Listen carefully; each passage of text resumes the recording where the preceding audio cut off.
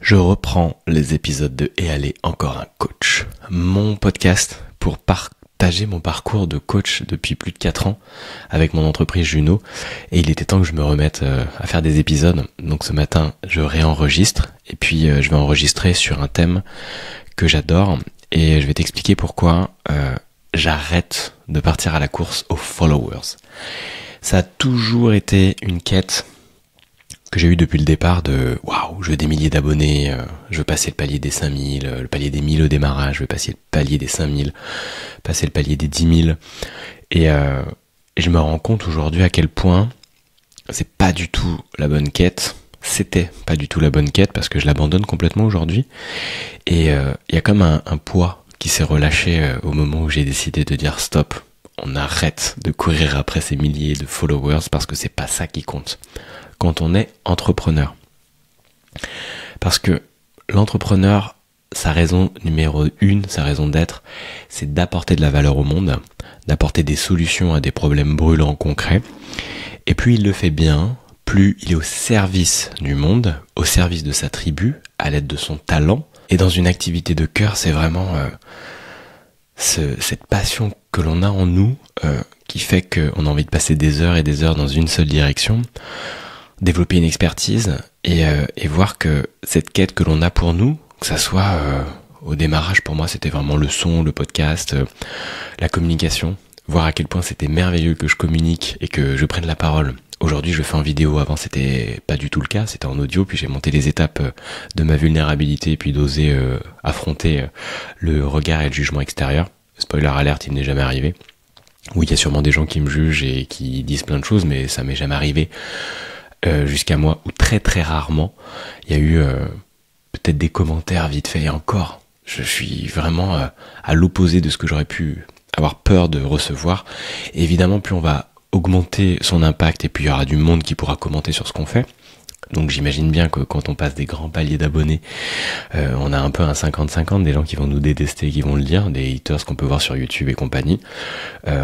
Insta peut-être beaucoup moins que sur YouTube et sur TikTok par exemple.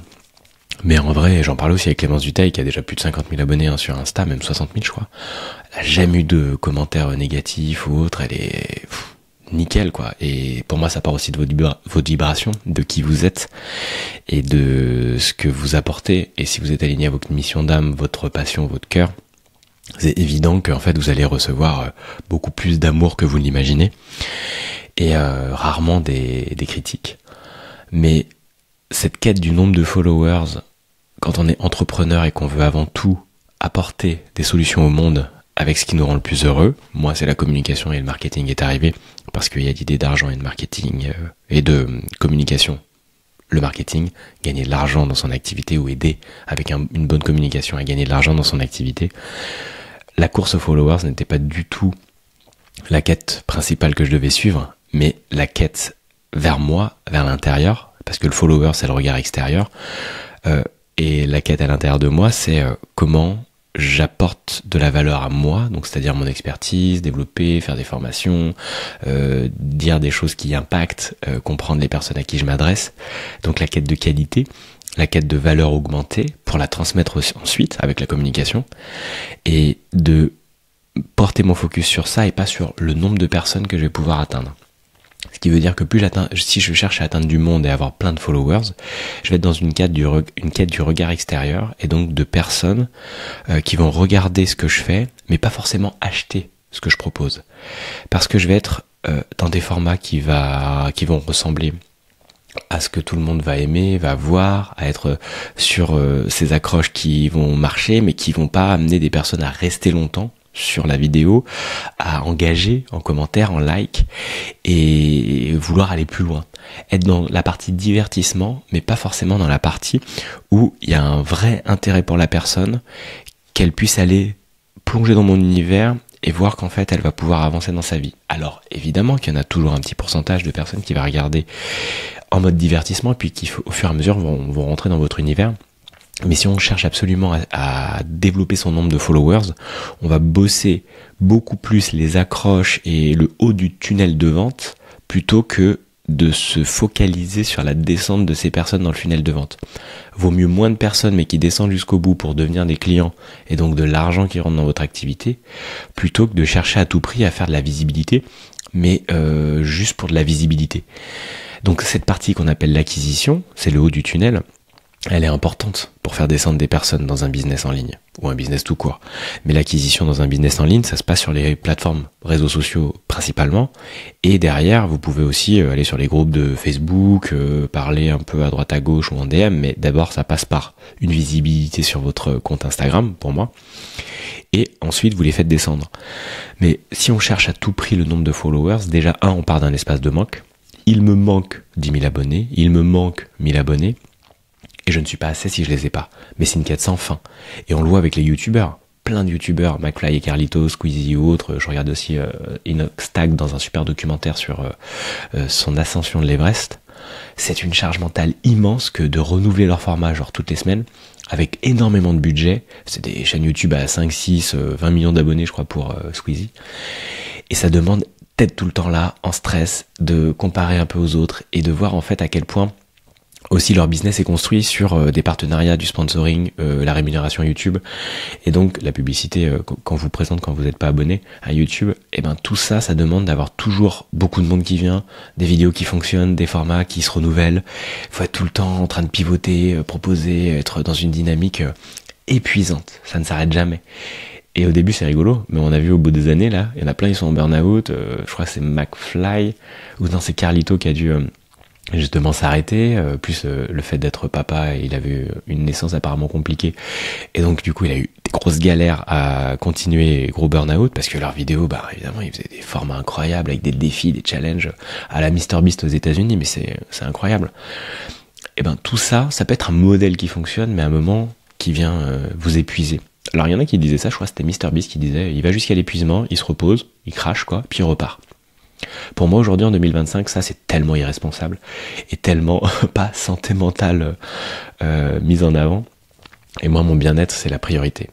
Comme le dit Justin Welsh, un créateur de contenu et un formateur en ligne sur LinkedIn qui est génial et qui est millionnaire avec son activité. Son activité est là pour soutenir son bien-être et sa semaine idéale. Pas du tout pour être voilà dans la vanity métrique. C'est regarder mon nombre d'abonnés, regarder mon nombre de likes, mon nombre de vues. Non, pas du tout. Lui, il va être au service, il fait des super formations LinkedIn et il bosse, il fait sa newsletter toutes les semaines, il fait son contenu sur LinkedIn et il travaille le sujet à fond parce qu'il est là pour être au service. Et c'est ça pour moi un entrepreneur, un vrai entrepreneur et une vraie entrepreneuse. Enfin, il n'y a pas de vrai et de faux, mais en tout cas pour moi dans mes valeurs, c'est je suis au service du monde, je réponds à une douleur brûlante. La mienne, c'est d'aider les personnes à développer une activité bien-être, mieux-être de cœur en ligne et de gagner de l'argent avec pour pouvoir lâcher le travail à côté, le salariat et gagner en liberté. Pour moi, ça participe à l'évolution spirituelle du monde, parce que c'est l'idée d'apporter des pratiques kinésiologie, énergétique, design humain, massage et toute cette sphère-là autour soit de l'émotionnel, soit du corps et du physique. Et pour moi, ça a une valeur immense parce que c'est ça qui m'a permis de m'exprimer aujourd'hui, de prendre la parole. Lors d'une constellation chamanique, gros soins et tout, et le podcast est arrivé 3 semaines plus tard, c'était incroyable. J'en parlerai peut-être dans des épisodes, et j'en ai déjà parlé. Mais à quel point être connecté à soi par ces méthodes et ces outils-là, et ensuite avancer dans sa vie avec l'action, avec la mise en mouvement de son être et de cette direction et ce cap que ces outils nous ont aidés à définir, c'est la joie numéro 1 pour moi et des personnes que je vois autour de moi, parce que être aligné dans son activité de cœur, mais qu'est-ce que c'est génial. Et quand on voit qu'il y a de l'argent qui circule parce que on apporte ça au monde et qu'on a réussi à le structurer, à poser des offres, à bien communiquer, c'est incroyable. Mais ça se passe en regardant l'intérieur, pas en regardant l'extérieur. Alors oui, le business c'est une réponse à un problème, donc c'est important de regarder à l'extérieur, c'est-à-dire les personnes qui viennent à nous, les comprendre, mais avant tout c'est à l'intérieur de nous qu'on regarde, parce que c'est nous qui avons vécu ces problèmes-là et qu'on transmet aujourd'hui des solutions dans un plan cadré qui s'appelle une offre. Et si j'étais tout le temps focalisé moi sur le nombre d'abonnés, ça créait du stress et de l'angoisse à l'intérieur de moi, parce que c'était jamais assez, parce que Julien il faut que tu postes tous les jours, parce que ce post il a moins bien marché, regarde il y a moins de vues. Mais qu'est-ce que j'en sais par rapport aux personnes qui regardent, qui me voient, et qui à un moment me disent Julien, j'ai envie que tu m'accompagnes, j'aime ton énergie, viens on fait un rendez-vous découverte. Ben tout ça je le vois pas moi, parce qu'il y a plein de gens qui likent pas, il y a plein de gens qui likent pas, il y a plein de gens qui sont là, qui regardent pendant des années et qui ensuite viennent dans les accompagnements que je propose. Et si je regardais que ça, je serais en train de me dégoûter, me démotiver, ça arrivait beaucoup, heureusement que j'ai tenu bon. Et je me rends compte qu'avec le bilan de l'année 2024, j'ai fait plus de 100 000 euros de CA, alors que j'avais au début de l'année peut-être 2000 et j'ai fini l'année à 3500 abonnés. Moi je m'étais dit ouais je veux au moins 4000, au moins 5000, mais en fait ça c'était des conneries parce que déjà je gagnais de l'argent, ce qui s'est passé dans les 3 premières années de Juno, je gagnais déjà de l'argent et que j'avais même pas 500 abonnés. Et en fait, je me suis vraiment rendu compte que ça me portait une charge sur moi d'être jamais assez, d'avoir envie d'avoir toujours plus d'abonnés. Quête inutile, vraiment abandonne-la si toi tu développes ton activité ou si tu as déjà lancé ton activité, tu as du monde et que tu es encore en train de te dire je vais passer ce palier 2025, je mets l'objectif de 5000 abonnés. T'as pas le contrôle là-dessus. T'as absolument pas le contrôle là-dessus, donc lâche-le.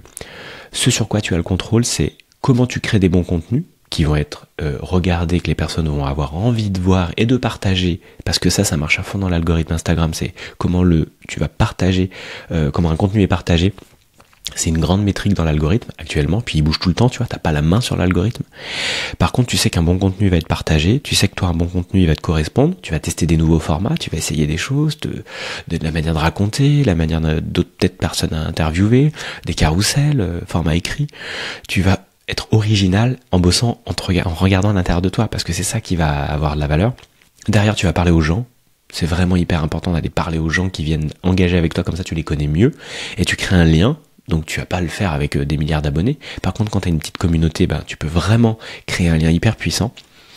Et ensuite, tu vas améliorer les offres que tu proposes. Parce que les offres, quand tu as réussi à avoir des personnes qui les prennent, plus elles vont créer des résultats, plus les personnes vont pouvoir te recommander, plus leur vie sera changée, la vie d'autres personnes autour vont être inspirées par la vie de la personne que tu as transformée.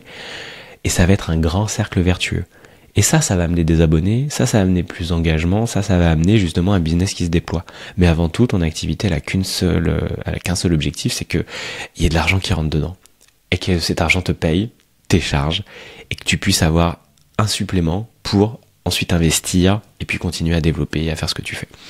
Et améliorer ton niveau de vie, ta qualité de vie et la qualité de ce que tu proposes. Et oui, un nombre d'abonnés, c'est cool parce que ça veut montrer un peu de la légitimité. Quand tu arrives sur un compte qui a 15 000 abonnés, tout de suite tu dis ah tiens, ça a l'air sérieux ce truc. Mais ça veut rien dire en fait de comment la personne travaille, comment la personne apporte de la valeur, des résultats.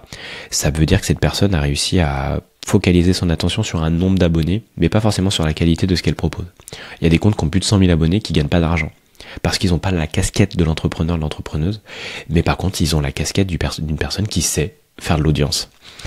Mais aujourd'hui, c'est pas faire de l'audience qui m'intéresse, moi, c'est aider des personnes et de recevoir de l'argent en échange de cette valeur que j'apporte. Et les aider dans quoi ? Dans une direction qui est la plus alignée à moi et à mon cœur. C'est pour ça qu'aussi énergétiquement ça circule beaucoup mieux. C'est que je sais que je suis aligné à ce qui me rend le plus heureux et que je le fais depuis plus de 4 ans et que ça va continuer. Et que je pivote, j'ajuste, mais aujourd'hui j'ai mon accompagnement réveillé, je suis tellement heureux d'être aligné à lui. Parce que justement j'ai avancé, j'ai continué, mais je me suis concentré en principal sur moi, même si beaucoup de mon conscient et de mon inconscient était aussi sur l'extérieur et le nombre d'abonnés. Finalement, je me rends compte que ce qui a le plus marché, c'est quand je regardais à l'intérieur de moi, que je faisais des contenus comme aujourd'hui, plus longs, que je parlais cœur ouvert, que je parlais de vulnérabilité. Des super vidéos ont marché quand je souhaitais par exemple l'anniversaire de ma chérie Eugénie, et ses 39 ans, je t'invite à regarder la vidéo sur mon Insta. Tout ça, quand c'est vulnérable, authentique, ou quand je parlais aussi du fait de peut-être j'aurais pas d'enfant dans cette vie et c'est ok, eh bien ça crée beaucoup d'engagement émotionnel avec les personnes, et c'était original, c'était moi, et en fait c'était pas pour me dire je vais faire des milliers d'abonnés en faisant cette bonne accroche ou ce format, ce template qui a bien marché chez cette personne. On s'en fiche en fait. On s'en fiche parce qu'il faut que ça parte du cœur et de l'envie du moment. Il faut que ça soit dans ton intuition, dans ta spontanéité. J'ai envie de parler de ça aujourd'hui et tiens, je vais écrire comme ça et c'est venu et voilà. Et tu vas voir, c'est quand c'est pas prévu souvent que tu as les meilleurs résultats et que tu te détaches de toute attente il faut que ça fasse 1000 vues, ça fasse 5000 vues et que ça ramène des abonnés à chaque post. Non, ça tu sais pas. Par contre, ça va réchauffer, ça va renforcer le lien des prospects, des personnes qui te suivent déjà et à un moment ça va déclencher. Mais si tu tiens pas bon et que tu t'arrêtes pas, et que tu t'arrêtes, ça marchera pas en fait. Souvent tu te dis, bah voilà, j'ai pas d'abonnés, au bout de 3 mois, allez, j'arrête. Alors que la quête, elle est pas du tout là. Elle est d'aller vers les personnes qui sont déjà là, qui en fait avaient déjà sûrement envie de travailler avec toi, mais qui n'osaient pas te parler. Donc tu vas leur tendre la main, tu vas leur dire bonjour quand elles rentrent dans ton magasin, qui est Insta, une boutique virtuelle. Et tout ça, je me rends compte à quel point c'est fondamental de là où tu vas porter ton focus et ton attention. Donc si tu portes ton attention sur les followers, eh ben tu vas être dans quête de ça, mais pas en quête de l'argent et de la valeur donc que tu apportes. Et les quêtes de followers, c'est une quête qui fait que toi tu peux pas, comme je te le disais, avoir le contrôle dessus. Il y a tellement de paramètres, il y a tellement de choses qui ne t'appartiennent pas que tu peux pas bouger. Tu peux pas exceller là-dedans. Tu peux exceller, mais tu vas pas justement avoir les rênes et te sentir libre de lever un curseur, dire voilà, là je vois des résultats. Dans ton activité, dans tes offres, tu peux. Parce que quand tu engages avec les personnes, quand tu proposes des rendez-vous découvertes, des lead magnets, tu sais, ces ateliers offerts, ou ces PDF, ou ces questionnaires, ces visualisations, ou cette série d'audio ou de vidéos que tu peux envoyer à une personne gratuitement, tu vas voir à quel point ça répond tout de suite. Moi je le vois, je fais une proposition, comme mon challenge structure et argent, bim, 80 personnes qui sont venues dans le challenge, là il y a un truc qui fonctionne. Et donc tout de suite tu vois action, réaction. Alors que sur l'audience, tu vas tester, tu vas itérer, et tu vas voir qu'à un moment, t'as pas du tout la main là-dessus. Donc vaut mieux bosser sur quelque chose qui va te ramener de l'argent, parce que si t'es entrepreneur, le but de ton audience c'est qu'elle te ramène de l'argent pour tes offres que tu proposes, avec l'aide de tes offres que tu proposes. Mais si tu veux juste de l'audience pour l'audience, t'as raison, vas-y. Et c'est ok quoi, sois clair avec tes intentions. Mais si tu veux vivre de ton activité de cœur et te sentir plus libre au quotidien dans ta vie, c'est tes offres et tes contenus et tes lead magnets qui vont compter, pas le nombre d'abonnés.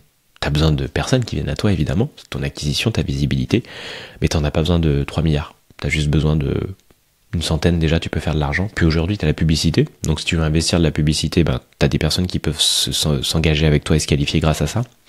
Mais ce qui qualifie le plus les personnes, c'est-à-dire la confiance qu'elles vont avoir avec toi, c'est tes contenus, c'est tes formats longs. C'est pas que des formats de 5 secondes, ça c'est cool des fois pour faire un peu d'acquisition, des nouvelles personnes qui te découvrent. Ah tiens, mais elles vont plonger dans ton compte Insta ou dans ta page YouTube, ta chaîne YouTube, et ce qui compte c'est les longs formats. Là tu vois, tu viens de passer 20 minutes avec moi, ça va pas tarder à s'arrêter, j'aime bien les épisodes pas trop longs, et ben au moins t'as plongé pendant 20 minutes dans mes vibrations, qui je suis, comment je me déplace, là je me déplace pas vraiment mais comment je bouge, tu vois mon décor, tu vois un peu plus qui je suis, et mes vibrations aussi, plutôt que quelque chose de très court, qui peut être rigolo, impactant, mais tu vas zapper, tu vas passer une vidéo et tu m'auras oublié 3 vidéos plus tard quoi. Donc vraiment en résumé, j'arrête la course aux followers, même si elle n'était pas vraiment hyper engagée, mais elle me prenait du poids énergétique et de stress et d'anxiété. Donc ça c'est fini.